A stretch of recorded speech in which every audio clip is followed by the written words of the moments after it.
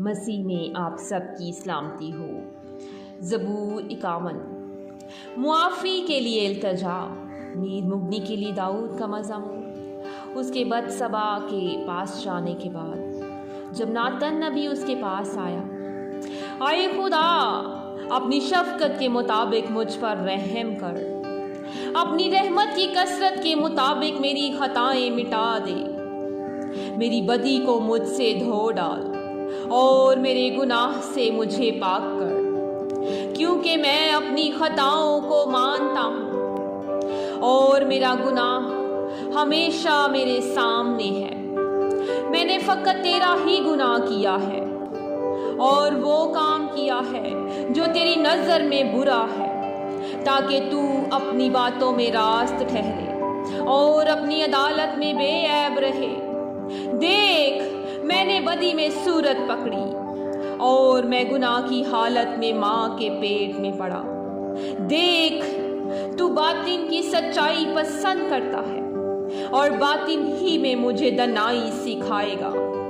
زوفے سے مجھے صاف کر تو میں پاک ہوں گا، مجھے دھو اور میں برف سے زیادہ سفید ہوں گا۔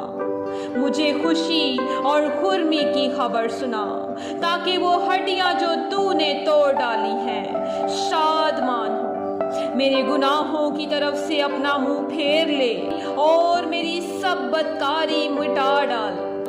اے خدا میرے اندر پاک دل پیدا کر اور میرے باطن میں السر نو مستقیم روح ڈال۔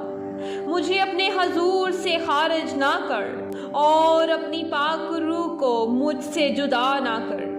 اپنی نجات کی شادمانی مجھے پھر عنایت کر اور مستعد روح سے مجھے سنبھال۔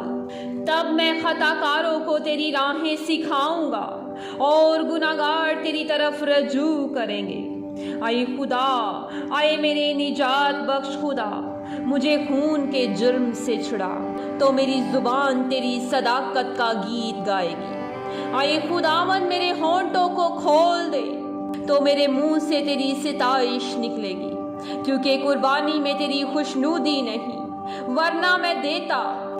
سختنی قربانی سے تجھے کچھ خوشی نہیں، شکستہ روح خدا کی قربانی ہے۔ اے خدا، تو شکستہ اور خستہ دل کو حقیر نہ جانے گا۔ اپنے کرم سے صیون کے ساتھ بھلائی کر، یروشلم کی فصیل کو تعمیر کر۔ تب تو صداقت کی قربانیوں اور سختنی قربانی اور پوری سختنی قربانی سے خوش ہوگا، اور وہ تیرے مذبح پر بچھڑے چڑھائیں گے۔ آمین۔ خداوند کے کلام کے پڑھے اور سن جانے پر خداوند کی برکت ہو۔ خداوند کے کلام کو مزید سننے کے لیے، سیکھنے کے لیے ہمارے چینل کو سبسکرائب کریں اور بیل دبانا نہ بھولیں، تاکہ آنے والی نئی ویڈیو کی نوٹیفیکیشن آپ کو سب سے پہلے ملے۔ خداوند آپ کو برکت